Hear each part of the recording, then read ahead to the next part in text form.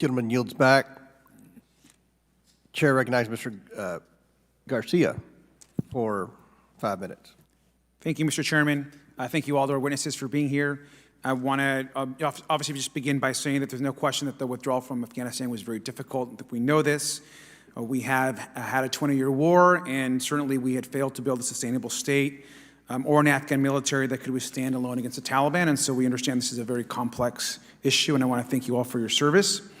Now, in an era of increasing global threats and with so many priorities, we know that we can also not fight these forever wars. And so this has been a difficult withdrawal, and certainly we can argue that the administration could have moved slower.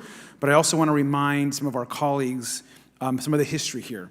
Now, in July of 2019, just 2 years into Mr. President Trump's presidency, then Secretary of State Pompeo revealed that President Trump had ordered him to reduce the number of U.S. troops in Afghanistan by the 2020 election, even though the Pentagon was opposing this policy. So first, to Mr. Storch, were you aware of any tactical, or are you aware of any tactical reason why November 2020 would have been the appropriate date to draw down troops from Afghanistan? So we reported out in the lead IG reporting regarding that chain of events. We did not do independent auditing or evaluation to analyze the tactics involved or the strategic decisions. And staffing in particular is a sort of quintessentially management position. There are a lot of things that go into it. So we didn't go any further than that. Mr. Sopko, same question.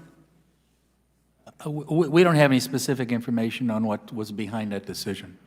Because I'm not aware, because I personally am not aware of any tactical reason why that date would have been set, and I think most of the public would agree with that. Before that plan could be enacted, President Trump signed also the highly flawed Doha Agreement. In October 2020, President Trump's national security advisor announced that the Trump administration would follow through on the Trump-Taliban agreement that was made and draw down forces in Afghanistan to 2,500 by early 2021.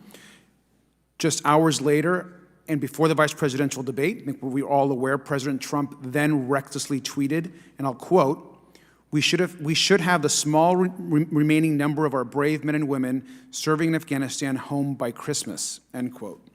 Now, Mr. Sopko, based on your extensive research, did the Trump administration's conflicting messages have an impact on any of the morale of the Afghan security forces? Yes, it wasn't just the Trump administration, but I think there was mass confusion on statements being made about the withdrawal. And Mr. Storch, to your knowledge, was there any military reason to designate December 2020 as a withdrawal date? Again, Congressman, my answer would be the same. We reported out on the chronology, but we didn't do independent audits or evaluations as to the rationale. Okay, I think most of the public, and I certainly agree that there was no reasoning as far as that date. I think that's been pretty clear and been made clear today at this hearing as well. The Chairman of the Joint Chiefs of Staff, General Milley, testified that on November 11, 2020, just 4 days after President Trump lost the presidential election, and he did lose that election, he received a memo signed by President Trump directing the immediate withdrawal of all U.S. forces from Afghanistan no later than January 15, 2021, and we've heard this as well in this committee. Mr. Storch, to your knowledge, by November 2020, had the situation on the ground changed in such a way to warrant the complete withdrawal of troops by January 15, 2021? Again, Congressman, in the interest of time, my answer would be the same. Okay. And mine would as well. I want to thank you all, because I find it troubling that President Trump, knowing that he had lost an election and with just weeks left in office, set in motion a series of events that would lead to the collapse of the Afghan government and its security forces. And that is a real failure that this committee should be investigating. And with that, I yield back the remainder of my time.